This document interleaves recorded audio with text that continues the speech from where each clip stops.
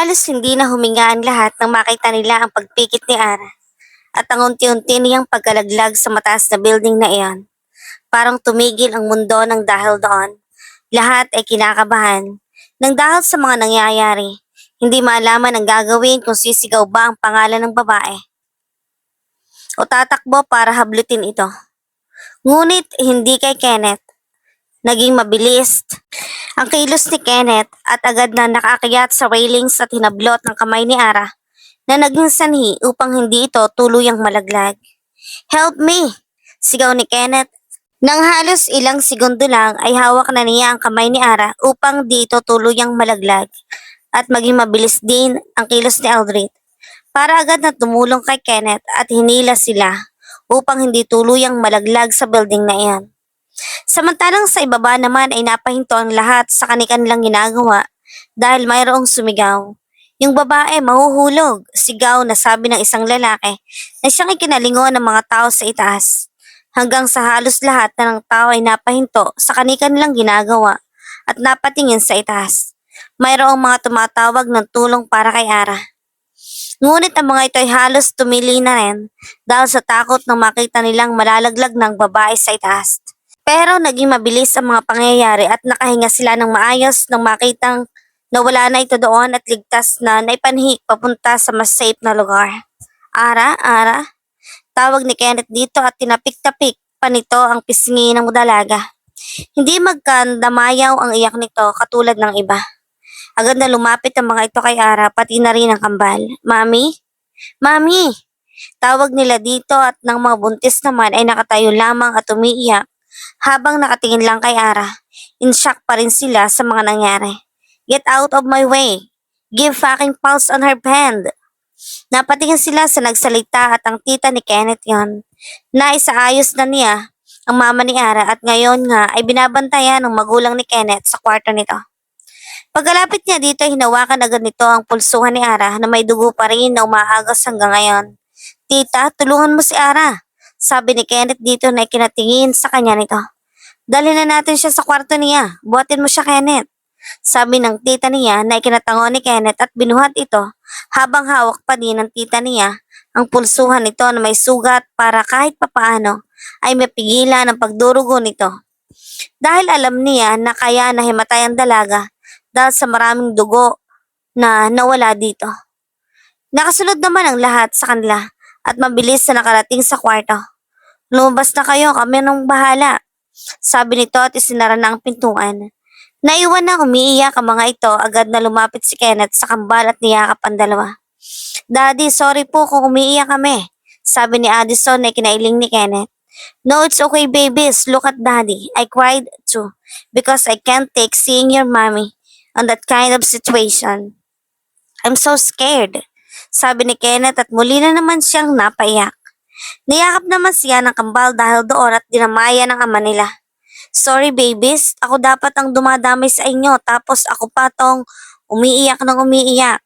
It's okay daddy, alam naman nating lahat na magiging maayos na si mami. Pagsubok lang to sa atin," sabi ni Aiden na ikinagulo naman ni Kenneth ng buhok nito. Naisip niya na napakaswerte niya talaga sa mga anak niya dahil naiintindihan nila ang lahat ng bagay na kung tutuusin ay sa mga edad nila ay dapat naglalaro pa lamang. Hindi naman nila ginusto na maging gano'n ang kambal. Gusto nila na magkaroon din ng simpleng pamumuhay bilang bata na ang iisipin lang ay paglalaro at pag-aaral. Pero hindi eh. Nature na sa kambal ang maging ganoon dahil namana nila ito sa mga magulang nila. "Honey, stop crying," sabi ni Eldred kay Ali. Dahil kanina pa itong umiiyak. "Paano ko titigil kung alam kong nasa panganib pa rin ang buhay ni Ara?" sabi nito sa asawa niya. "Babe, paano si Ara? Hindi naman siya mawawala sa atin, di ba?" sabi ni Grace kay Renz na kinailing naman ito. "Don't say that, okay? Kilala natin si Ara noon pa man at alam natin na matatag yun kaya lalaban siya para hindi na tayo iwanan," sabi ni Renz dito. Nakita ni Kenneth ang sitwasyon ng kanilang mga kasama at nagsisi. Iyakan na rin ang mga ito lalo ng mga babae kaya nag-alala naman siya para sa mga baby na nasa tiyan nito. Kaya agad na tumayo si Kenneth at hinarap silang lahat. "Alam ko na Kinakabahan tayong lahat pero ang kailangan na lang natin gawin ngayon ay ang pagtitiwala kay Ara. Alam kong hindi niya hahayaan na iwanan tayo sa ganoong paraan. Sabi ni Kenneth sa kanila na seryoso na ngayon. Kailangan niyang tatagan ang loob niya para makita niya mayroon pang pag-asa. Para tatagan din nila ang kanilang mga loob. Kenneth, nasan si Ara? Napatingin sila sa nagsalita at doon ay nakita nilang humahangos na tumatakbo papunta sa lugar nila ang mga magulang ni Kenneth. Agad na yumakap ang mama niya sa kanya habang ang papa naman niya nilapitan ang kambal. Nasa loob na po si Ara at ginagamot ni tita. Sabi ni Kenneth dito na ikinahinga naman ang malalim ng mama niya.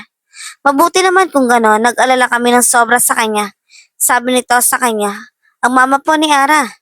Tanong ni Kenneth dito sa kanyang ikinaalala din ng iba sa ina ni Ara. Nawala kasi sa isip niya iyon dahil sa mga nangyayari kay Ara. Oo nga po tita, kumusta na po siya? Sabi ni Grace dito. Maayos ng pakaramdam niya pero hindi pa rin siya nagigising kaya pumunta muna kami dito para makibalita. Sabi ng papa ni Kenneth na tumayo na din pagkatapos niya kausapin ang kambal.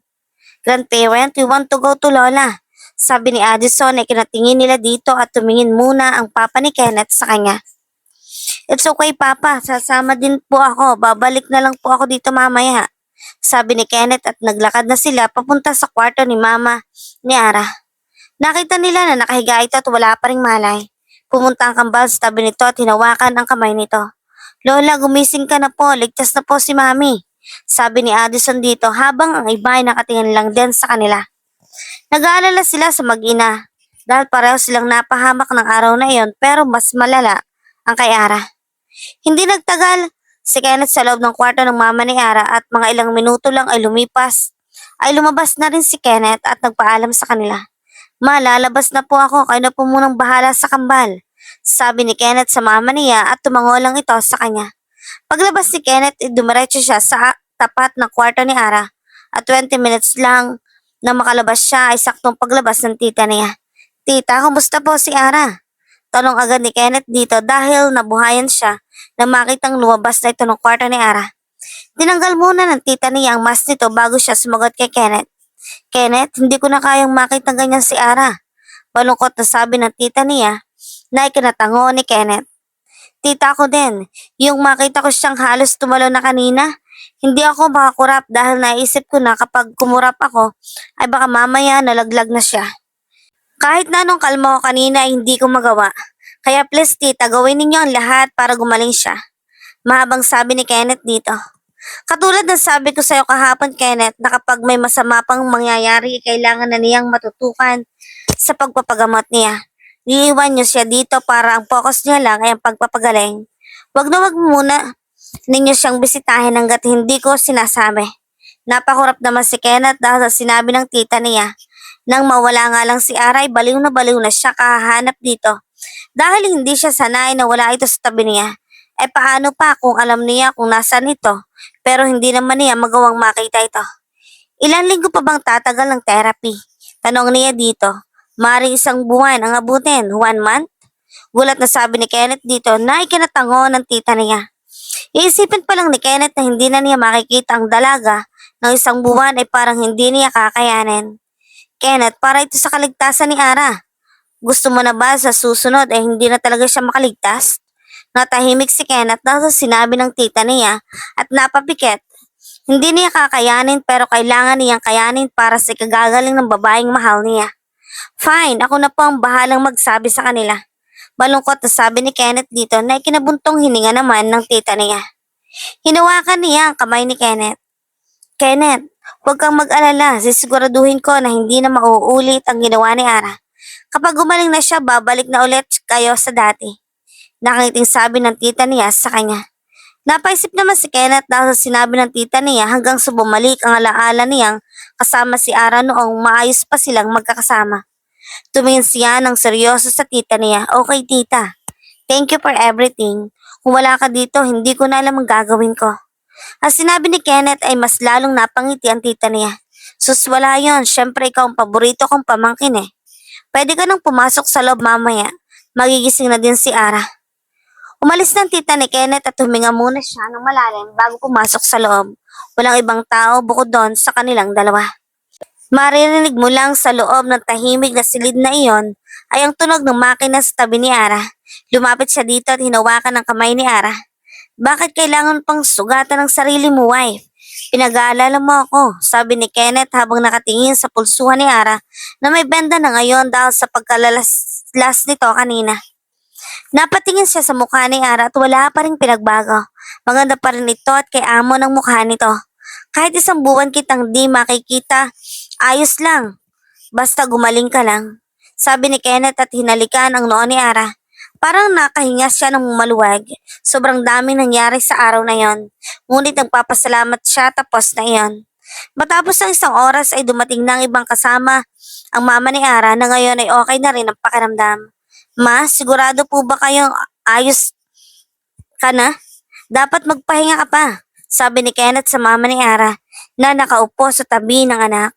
Habang ang kambal naman ay tumabi sa ina nila na natutulog na ngayon dahil na rin sa mga nangyari kanina kaya napagod ang kambal. Kenneth, maayos na ako. Gusto kong intayin ang pagising ng anak ko. Sabi nito at muling tumingin sa anak niya kaya walang nagawa si Kenneth kundi ang tumango na lang at huminga muna ng malalim bago muling nagsalita. Nagdesisyon na po ako. May pagagamot ko na si Ara kay tita. Napatingin silang lahat kay Kenneth dahil sinabi nito. Anong ibig sabihin nito, Kenneth? Tanong ni Grace dito. Ang sabi ni tita, kailangang matutukan si Ara sa pagpapagaling para hindi na maulit ang nangyari sa kanya kanina.